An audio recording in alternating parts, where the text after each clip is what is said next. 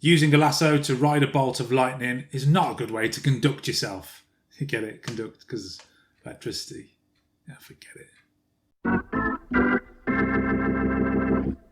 Wonder Woman 1984 was directed by Patty Jenkins, returning to the director's chair after helming the original. It was also written by Patty Jenkins with Geoff Johns and Dave Callaham. And it stars Gal Gadot, Chris Pine, Kristen Wiig and Pedro Pascal. Welcome back to Game Over Movie Reviews. My name's Peter and this is my movie review of Wonder Woman 1984. Now this is normally where I do a small plot synopsis over an edit of the film's trailer, but as this film is kind of a special event, I want to make this review 100% spoiler free. I'm not going to share any plot specifics here. Everything I talk about in regards to the plot will be very general or will have been shown in the film's trailers. So as I just mentioned, WW84 is kind of a special event movie. We all know the current situation in regards to this film and HBO Max and how that is not available outside the US. How some people in the UK can't see this film at the cinema at the moment due to COVID restrictions. I'm fortunate enough to live in a tier 2 area at the moment and was able to see the film at the cinema last week. The film has also become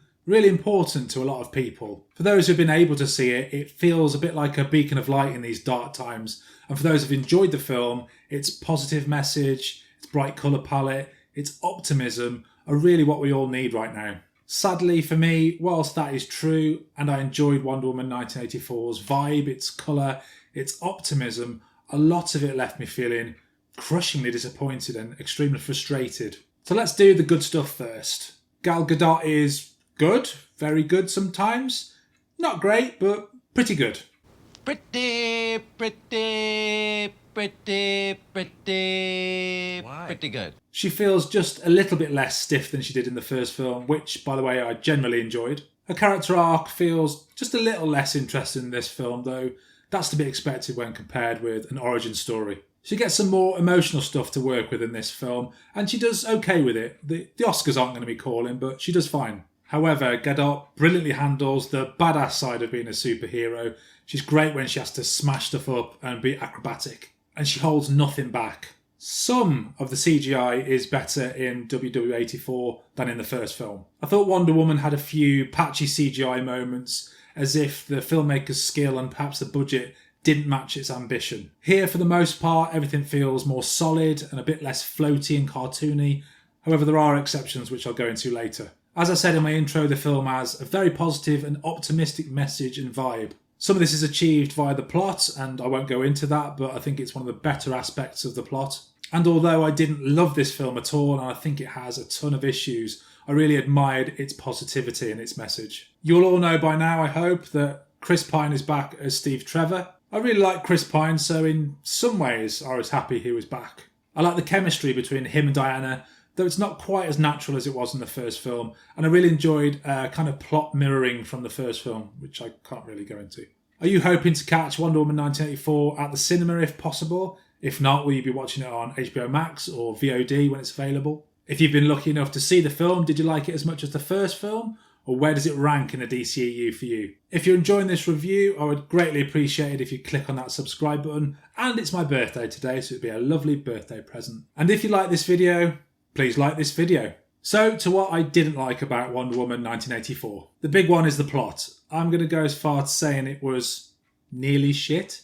Wasn't shit, but it wasn't far off. The magical MacGuffin of the film is one of the least interesting ideas and designs I've seen in a film like this for a very long time. It's unbelievably weak, and I can't believe that a team of 3 writers couldn't come up with something more interesting than this. When I originally heard that Steve Trevor was returning, I was quite nervous about the idea. I didn't want his sacrifice from the first film to be made pointless. I can say that thankfully this isn't the case, though apart from a few nice touches and some good chemistry between Pine and Gadot, it feels a little bit wasted and a little bit empty of emotion. Whereas his sacrifice in the first film was brimming with emotion and was a great send-off for the character. The villains, Maxwell Lord, played by the Mandalorian himself, Pedro Pascal, and Barbara Minerva / Cheetah, played by Kristen Wiig, are both really weak antagonists. Both of their reasons and stories for why they turn out like they do is really flimsy, unexplored, and are barely believable at times. I never felt that either of them held any kind of threat towards Wonder Woman,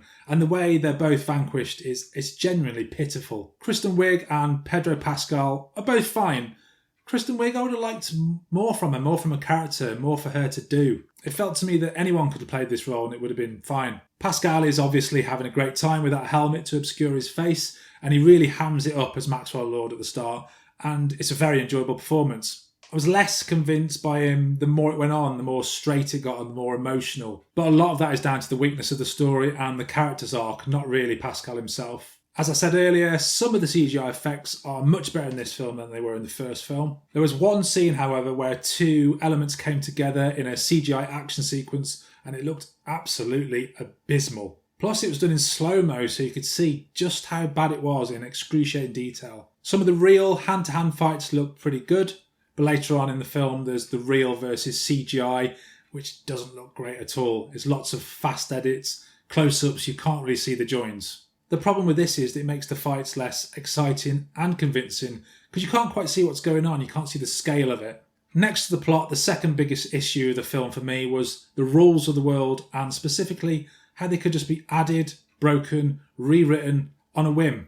As a comparison, imagine in the next Spider-Man film, Spidey's fighting the villain at the end of the film and he uses his laser eyes, his newly acquired laser eyes, which just appeared out of nowhere. It's cheating, and Wonder Woman 1984 does this constantly. Characters and tools, weapons, and even the main central MacGuffin which the film is based on, they set their rules, then they break them, bend them, add them almost every 10 minutes. If the plot needs it, suddenly something will just change with no explanation, without being earned, just to move the plot forward. It's basic, weak writing. I've seen a lot of reviews for this film and I've seen that it's made a lot of people happy in a time where happiness is in short supply. These are just my views on Wonder Woman 1984. I didn't hate it and I didn't love it. If you loved it, more power to you. I'm genuinely very happy for you. I'm sorry if that sounds patronising, but I genuinely mean it. For me, despite the optimism of the plot, some good action sequences and some really nice chemistry between Pine and Gadot, the weak plot, the exceptionally poor villains, and the constant rule breaking really hampered this film for me. I don't know, maybe I'm just a miserable old git. So I gave the original Wonder Woman a 7 out of 10. My score for Wonder Woman 1984 is 5 out of 10. Thanks for watching. Game over, man.